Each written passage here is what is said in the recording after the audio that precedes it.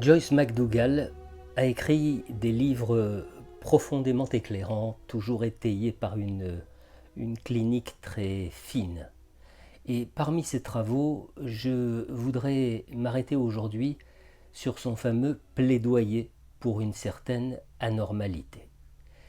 Ce livre nous renvoie en effet à une catégorie de sujets que nous accueillons dans nos cabinets et qui, davantage que d'autres patients, nous parle avec évidence d'un mécanisme de gestion de l'angoisse qui peut apparaître a priori comme un mécanisme signe de santé, ce qu'il n'est pas.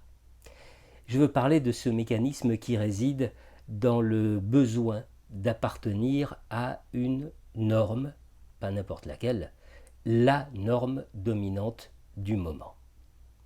Le constat que nous faisons des thérapies, hélas souvent beaucoup trop courtes, de ces patients, c'est que trop de normes ramènent inévitablement à la pathologie.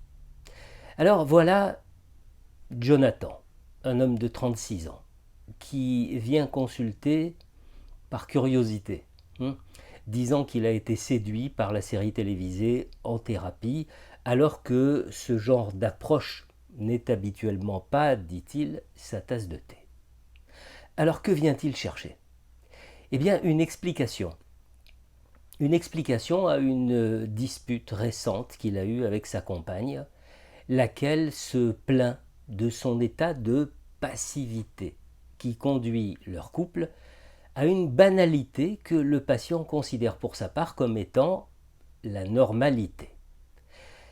Qu'est-ce que nous allons entendre derrière cette conception de la normalité chez Jonathan ?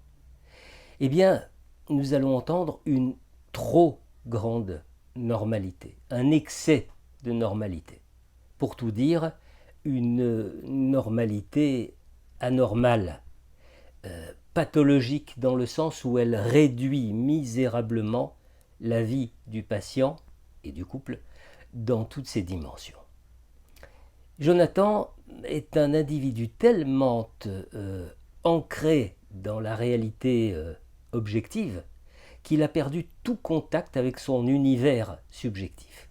La réalité pour lui, c'est quelque chose de carré, quelque chose de définissable, de matériel, de minéral. Et quand je dis minéral, c'est au sens de, vous savez, de l'immobilité, de la rigidité de la roche.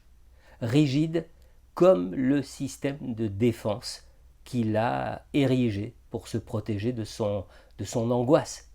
Une carapace psychique censée le défendre d'une menace terrifiante. Laquelle ?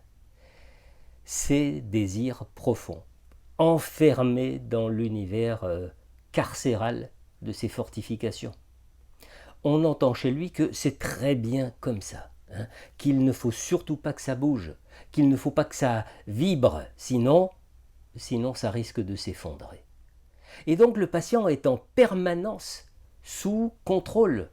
Il est sous anesthésie pour ne rien ressentir de bousculant.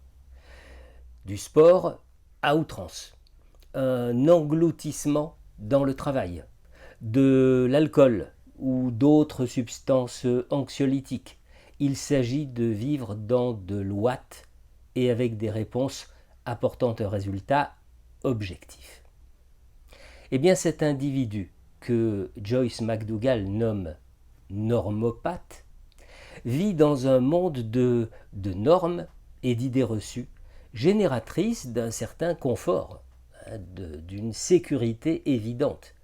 Qu'il s'agisse de politique, d'économie, de culture ou de tout autre champ de l'existence, le sujet se conforme à une pensée unique, celle du moment, celle du plus grand nombre, une pensée qu'il ne faut surtout pas remettre en question. Et donc, eh bien, Jonathan n'a rien d'un leader, sa soumission à l'ordre a coupé les ailes à ses capacités créatrices, bref, son imagination est réduite à néant.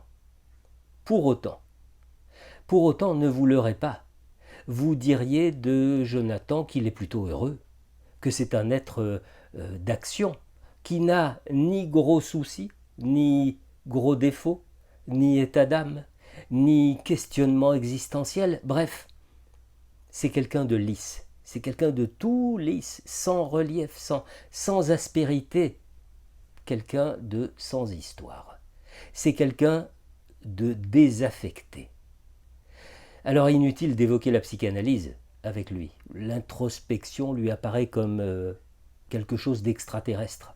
S'il a sonné à votre porte, c'est seulement après avoir exploré les recettes de la pensée positive et autres démarches cohérentes avec la norme du moment. S'il a sonné à votre porte, c'est parce que ces fortifications ont été si mises à mal que c'est la panique et qu'il a le sentiment de sombrer.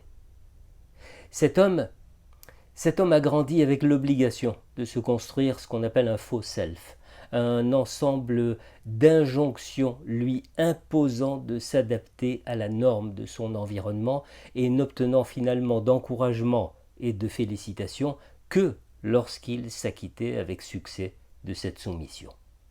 Et pourtant, écoutez-le quand il évoque son enfance. Il n'a manqué de rien.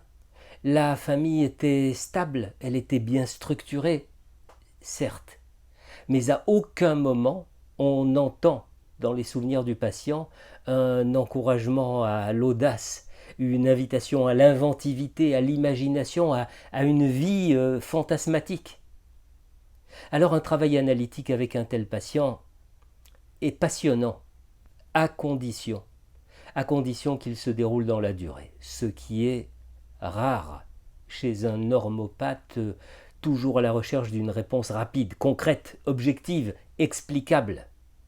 Seulement, si le transfert s'installe et que le patient s'accroche, alors c'est une aventure fascinante que de ramener à la vie désirante un être dont le désir avait été étouffé.